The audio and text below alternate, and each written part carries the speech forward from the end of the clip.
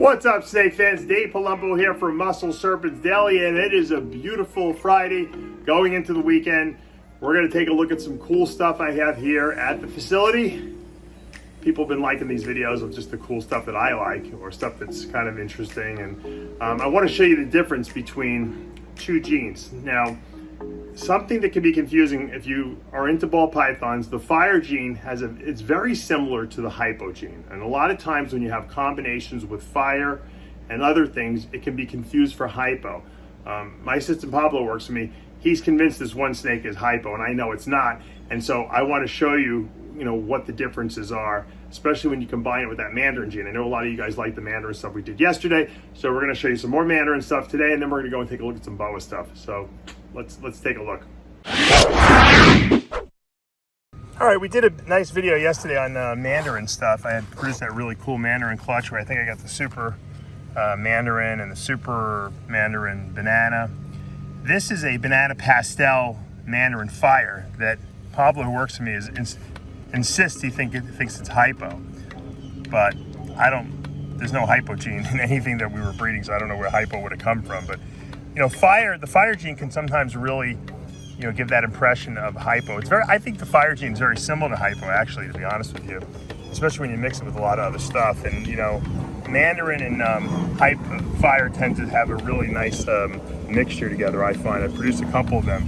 But this is a really clean banana. Look at this. This guy hasn't even gotten spots. So that's I think also the reason why Pablo thought maybe he was HYPO. Now we're gonna breed him this year, so we'll find out exactly what he is for sure. But like I said, if I was a betting man, he's in a frisky mood because the cement is warm.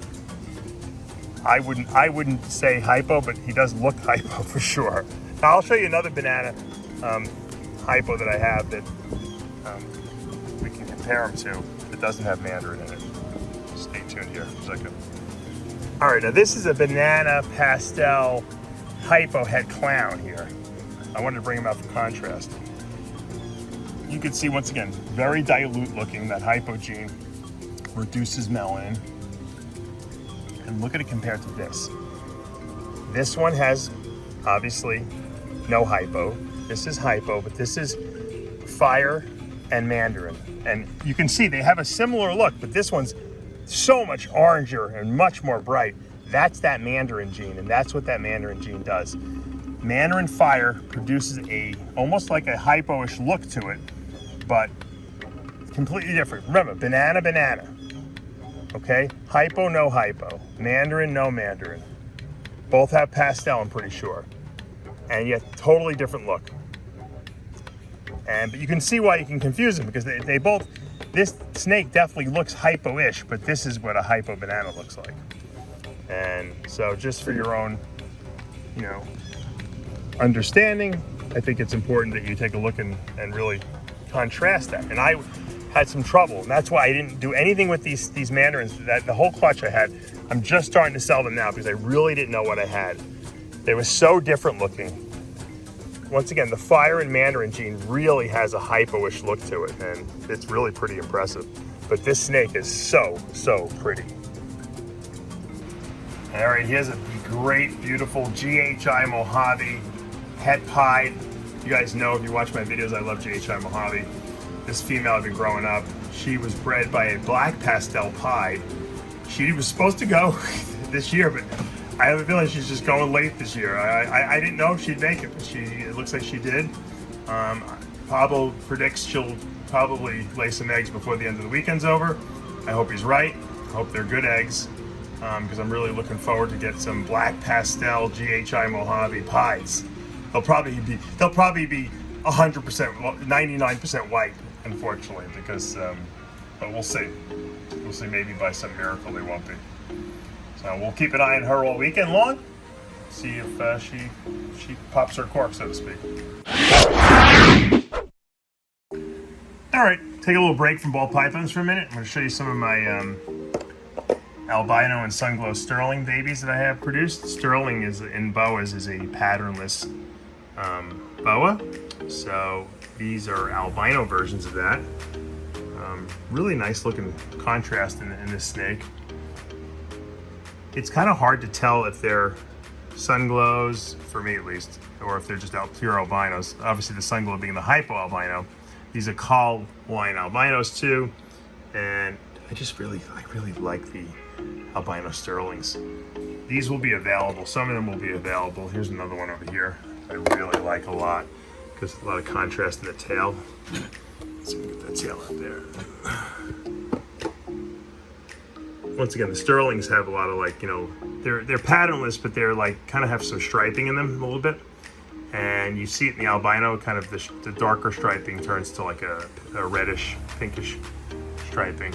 They have amazing eyes too, and get that really like muscular head. I don't know why these sterlings have that. I guess all boas really kind of have that, but I just noticed it's more in the sterlings. Sterlings get pretty big too. They're, you know, although the mother is not really that big. My other sterling, my Russo red sterlings, are pretty big. The females at least. They're really good eaters, sterlings. I don't know what it is about the sterling gene, but they are monster eaters.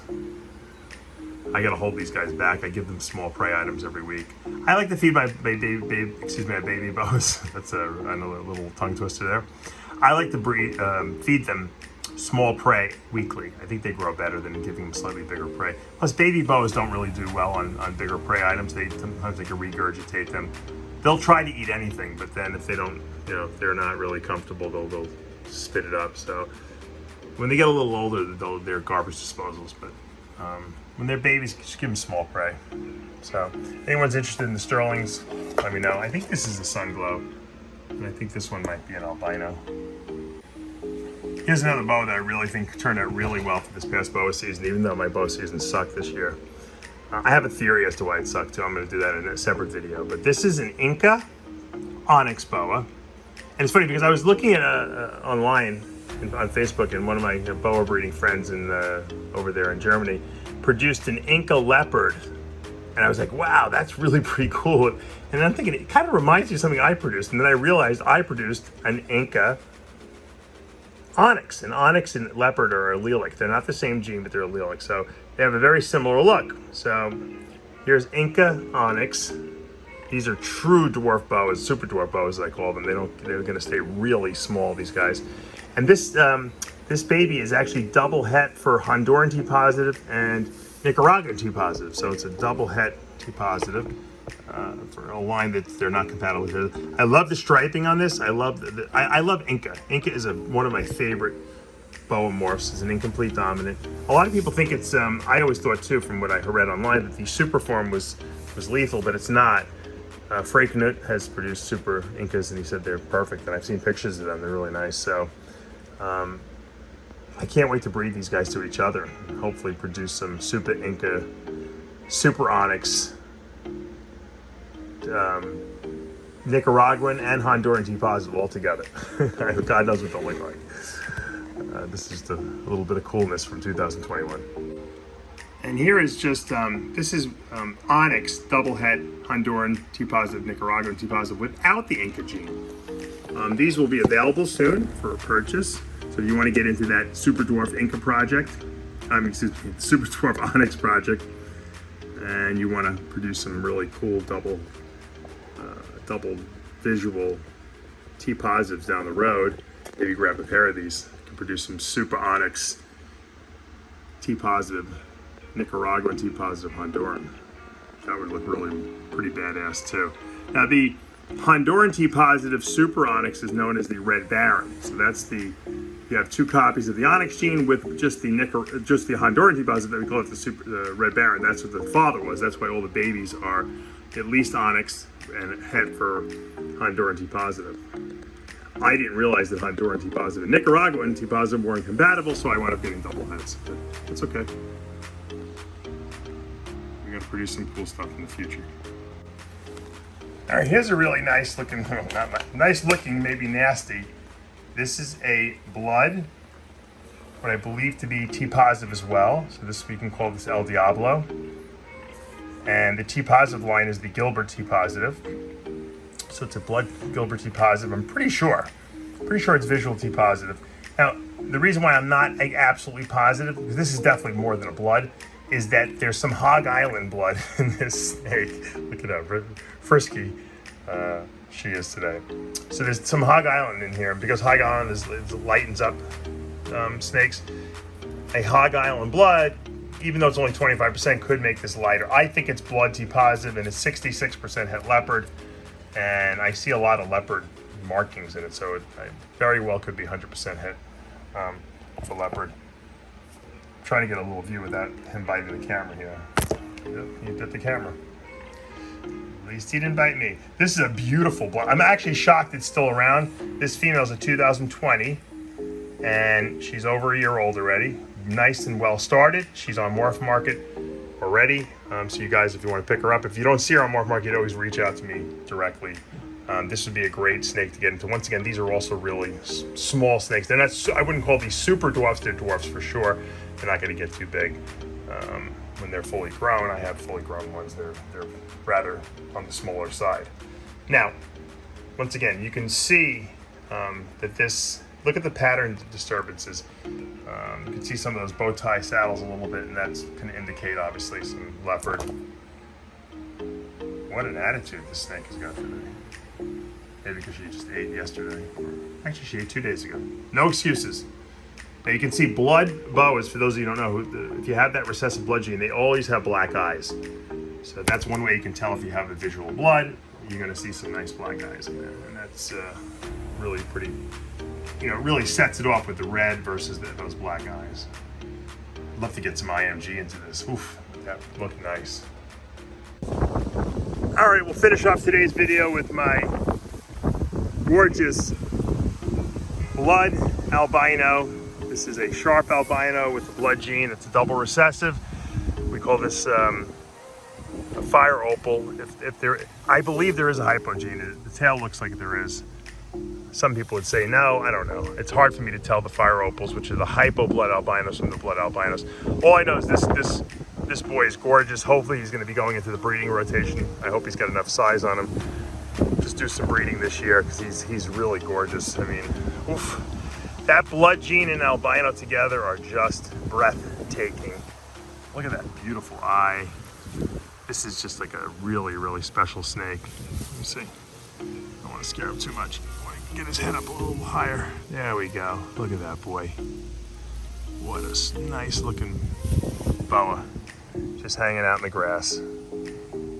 In nature. Doesn't get much better than this. It's still beautiful here in Florida. The weather kind of cooled off a little bit. It's like in maybe the high 70s now, which is nice. When it gets into the high 80s, or it's kind of a little obnoxious, but right now it's got a breeze out there. You can probably hear the wind blowing, and a nice way to take us out of this Friday into the weekend. That's what I love. Nice, relaxing weekend. All right, guys, I hope you are having a great Friday, and I hope you have a great weekend planned and doing something relaxing. I'm sure a lot of you guys will be cleaning snake tubs and cages. The breeding season is approaching, guys, so that's good. It's cooling off here in Florida a little bit. It's, when I say cooling off, it's 75 instead of 85. Over by you guys, it's probably going down to the 50s now. But the truth is that this weather, this fall weather is gorgeous. We're into October now. Got Halloween coming up. Those key dates, you know, a lot of people start cooling, you know, in October. They start pairing November 1st, you know, right after Halloween. You know, a lot of times I do that with my boas. I'm holding off on the boas. I've been pairing some ball pythons now, just guys, the balls that didn't go last year, you know, that are big females, or maybe some stuff that I think is kind of showing or exhibiting signs that it might be ready to breed. Putting a couple stuff together. Not pairing a lot yet. Because a lot of my females that laid from last year, they're not ready yet. I'm going to give them another month or so of power feeding them a little bit, you know, just to get them up to size. But I hope you guys have a good weekend planned, and I hope you're liking these videos. If you are, make sure you subscribe, hit that notification bell, turn on everything you got to turn on so you don't miss a single video, and we'll see you back Monday morning. Have a great weekend.